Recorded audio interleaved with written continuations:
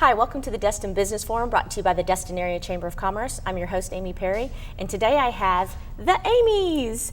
Amie Williamson, you are the business consultant for Landrum Human Resources, and Amie Remington, you are general counsel. Yes. Now I'm just going to refer to everybody as Amie. Everybody's Amie, A-M-I-E, A-M-Y. That'll work. Whatever. Perfect. All right. We'll answer anything. So I won't want to say you're my favorite guest ever, but you probably are. Enough about the Amies. Tell me about Landrum. Landrum is a 45-year-old family-owned and operated human resources company established right here on the Emerald Coast. Really? I had no idea that it had been around that long. Yep, we've got 3 offices right here in the Panhandle, one in Pensacola, Fort Walton Beach, and Panama City. Okay. Tell people specifically what you do. We help businesses with the challenges that they face by being an employer.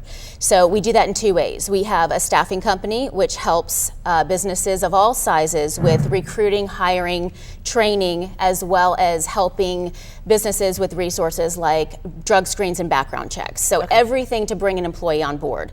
And then we have what's called a PEO, which is a professional employer organization. Once upon a time, it might have been known as employee leasing. And that's essentially HR outsourcing. Okay. So we help small businesses with the business of having employees, which would be payroll, workers' comp, taxes, compliance, human resources, benefits administration. So when you say human resources, if I have employees and let's say I don't want to do any of that anymore, don't want to write paychecks, don't really want to manage that much. Yes.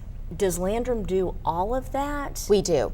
We are your back office HR department down the hall. So if someone has an issue and they're like, so-and-so, I don't know, offended me in some way. Mm-hmm. Instead of coming to me, I mean, I'm sure they would come to somebody higher up, a management person in the office. I guess you have to have at least one. And then I could pick up the phone and say, Amie, what do I do? Yes. Or can you come talk to them and you do, if there's an investigation that has to happen or something like that?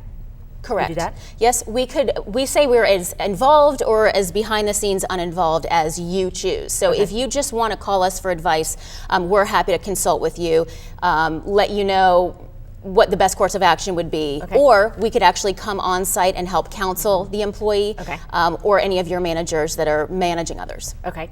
And is that, we talked about employee leasing, and you said it's called something different now. Do the businesses actually have the employees as W-2 employees, or are they contracting with Landrum?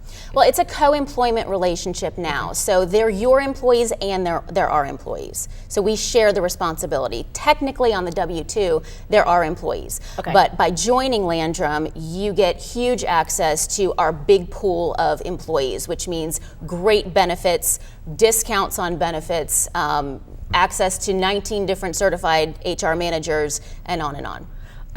Let's talk about the Affordable Care Act. How can you save employers money on insurances? We just re-up our insurance about this time every year, and it's okay. Is it going to be a 10% increase or a 35% increase? I'm imagining that an organization like Landrum could probably save money just because your pool's so big. Absolutely. We're not going to guarantee we can save every employer money, but certainly we have our own master health plan.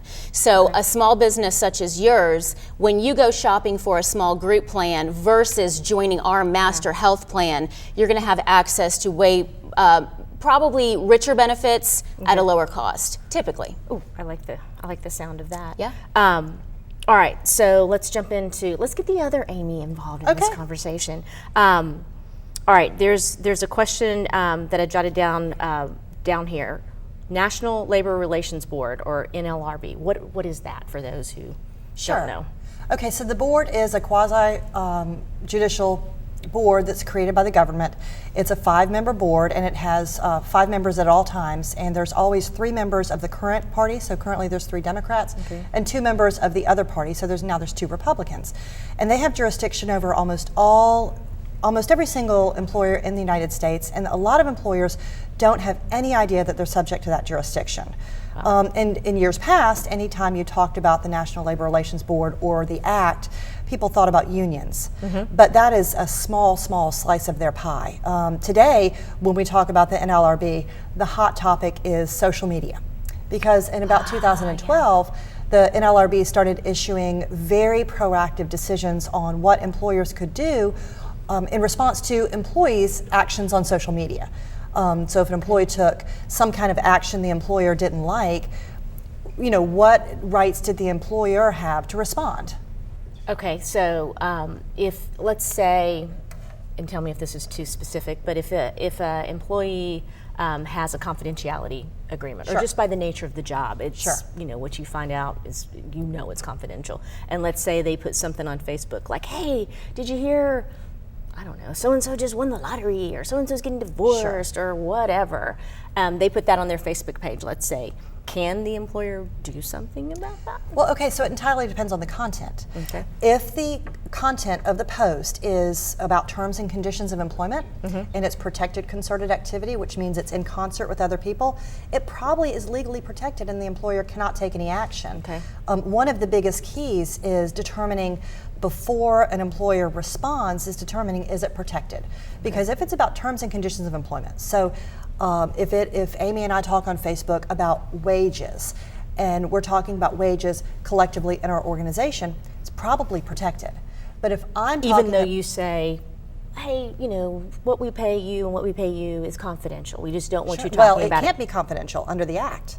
It can't be confidential. That's black and white law. Say, I would like for it to be confidential, nope, but it can't be. even do that. Wow. In your handbook, if you have a clause in there that says no discussion of wages, you are automatically in violation of the Act, and get it out of there. That's if you have no other takeaways from today, it's look at your handbook. Okay. And if it says that, get it out of there, because wages are clearly a term and condition of employment. Sure, and arguably the most important term and condition of employment. So everybody, they can be talking and say, "Oh, well, I heard so and so is making $4 an hour." I don't know. And so-and-so is making $55 an hour, that's all fine. If it could be talked about by the water cooler, that's now social media. The distinction is that if you and I are talking by the water cooler, or at lunch, it's you and I talking, but if we do it on Facebook and we've got 500 friends each, now we're having this conversation in front of 1,000 people. Sure. And so if the purpose of the conversation is to have concert, in other words, in concert with other people, it could be protected. Now, the one distinction where employers almost always have a right to take an immediate action is if there's a threat of violence. Okay. Even that they have to look at and make sure it's actually a threat. Okay. But if there's a threat of violence, employers almost always have a right to take an immediate action. But before any employer takes any response to social media, they need to evaluate, is this something that's going to die of its own volition, or are they adding fuel to the fire by responding? And talk to your HR manager or your employment lawyer and just make sure that you're absolutely safe in this action. Does an employer have a right to see someone's Facebook page? Okay, so I think that's a really bad idea, whether it's a right or not. If the employee gives you access, you have a right. Okay. But it's a really bad idea because as an employer, why do you want to know? Okay. The Facebook page also says things that you don't want to know, like sex, color, race, religion, national origin, and all kinds of other protected statuses that as an employer, you really just don't need to know. It's not job related. Okay, we have completely gone over our time. I was so interested in that. Thank you, Amie. Thank you, Amie. Come back and we'll talk about this some more, okay? Thank you. Thanks for having us. We'll be back.